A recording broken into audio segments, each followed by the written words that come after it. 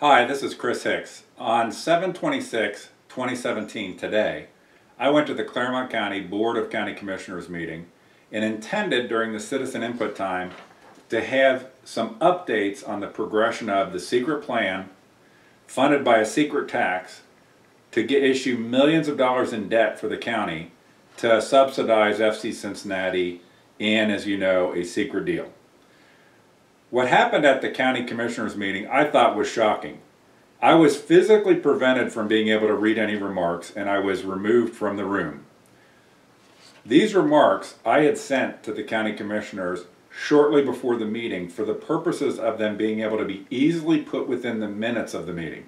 If you follow my other videos, you know that Clermont County seems to have some issues with recording things in the minutes that maybe some commissioners don't want to be in the minutes even though they took place in the meeting. They also have issues with losing videos.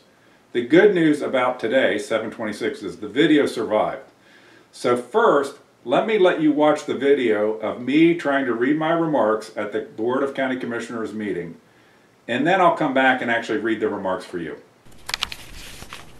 We were at the public participation section of the meeting. Any public participation? Mr. Hicks, we've already heard about you from the 9 o'clock email you sent out. Okay. I don't think you have anything germane to add to. No, I want to read my remarks as oral remarks. Thank you. No. Out of order, please. Have a seat or remove yourself, either one. But so I'm not allowed to read my remarks? We've looked at your email from 9 o'clock. And we're just the oral remarks I plan to read.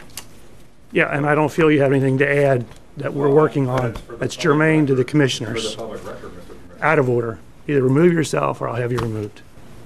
Removed like you're going to have me arrested for trying to read remarks? Would you like to remove yourself or should we have you removed? Does that mean you want to arrest me? We said you can't say what you're going to say because you've already read it at 9 o'clock. I haven't read it. You have nothing new to add. You have nothing germane to what we're working on. So you have either public input, have a seat. Refusing to allow public input. Out of order. You want to remove yourself or should we have you removed? The other two commissioners, do you agree? Could you have him removed, please? Okay.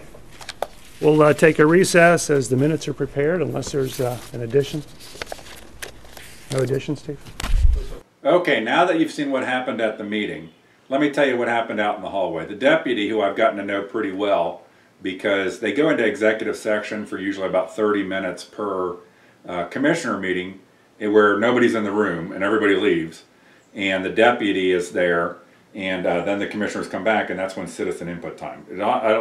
So everybody leaves because the meeting's basically over before the citizen input takes place.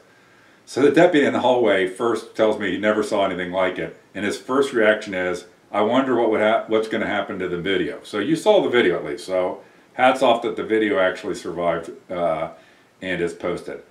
Let me read for you the remarks that I wanted to read from the podium but was prohibited and actually removed from their meeting.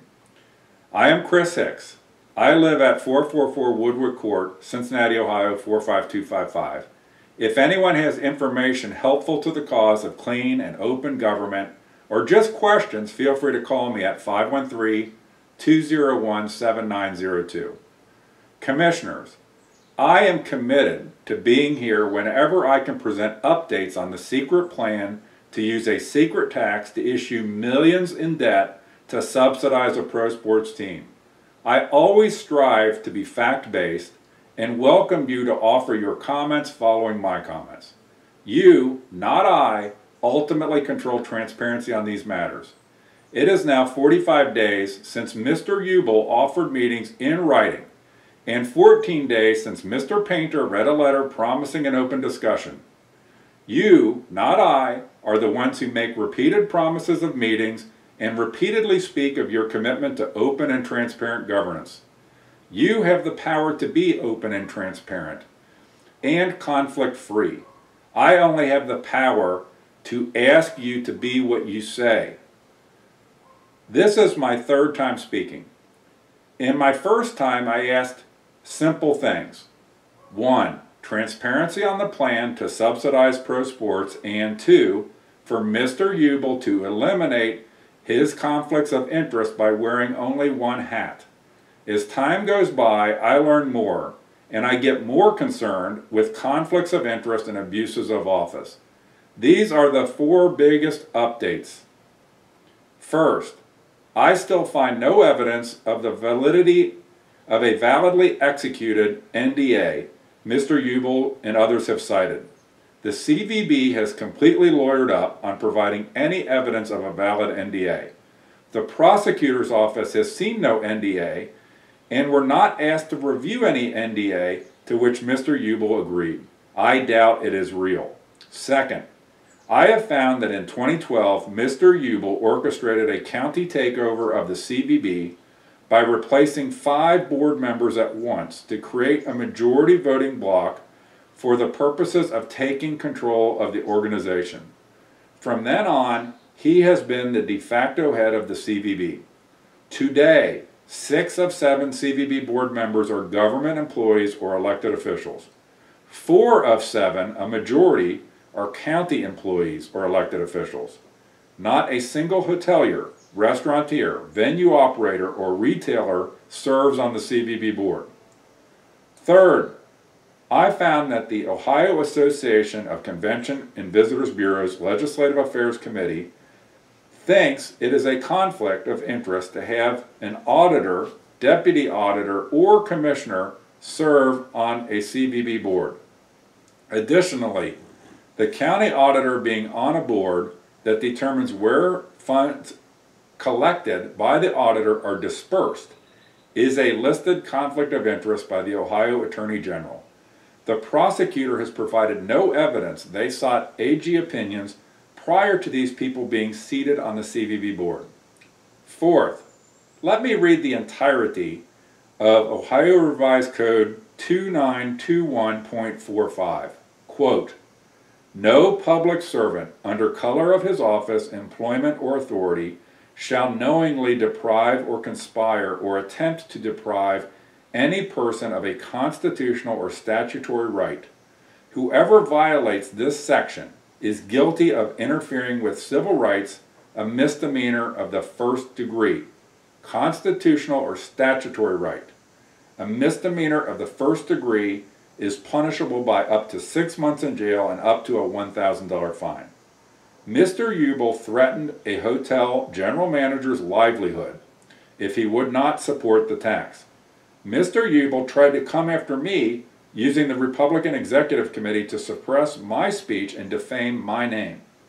Many have acted to subvert my statutory rights under ORC 149.43, that's public records, and ORC 121.22, that's public meetings.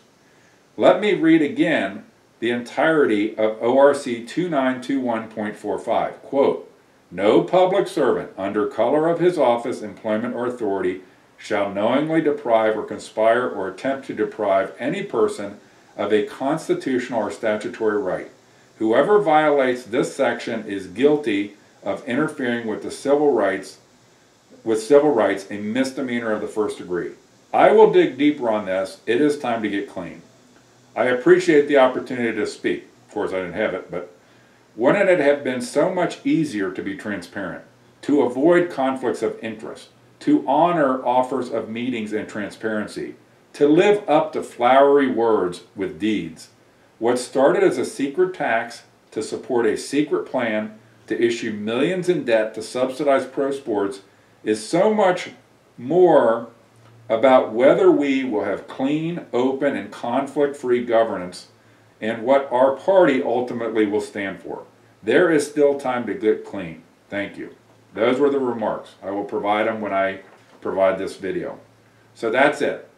I'd ask you, I'll provide some links, I'd ask you to watch some of the other videos, get involved. Don't believe storylines, portrayals.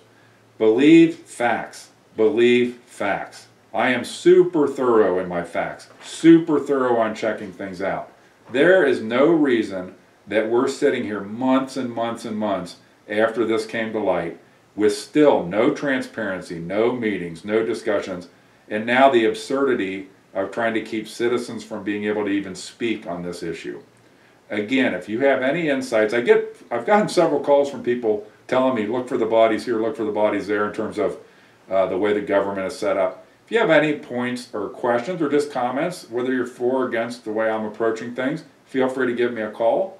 My office line is 513-201-7902. My home line is 513-289-4341. Thanks, everybody.